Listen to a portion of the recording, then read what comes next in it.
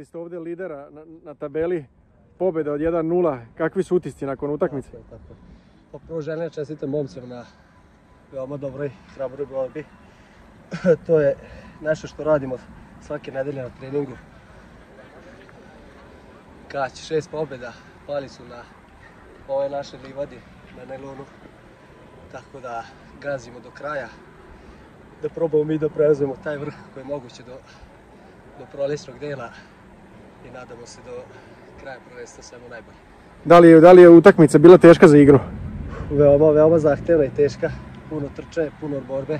Opet još jednom svaka čast momcima na borbi i želji.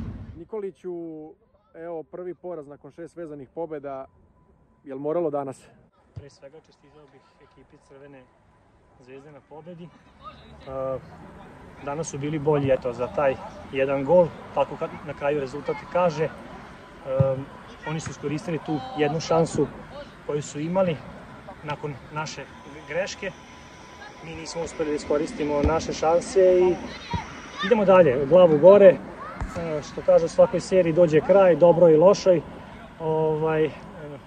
Trudit ćemo se da od naredne utakmice napravimo novu seriju pobjeda i da ostanemo ovdje gdje smo sada.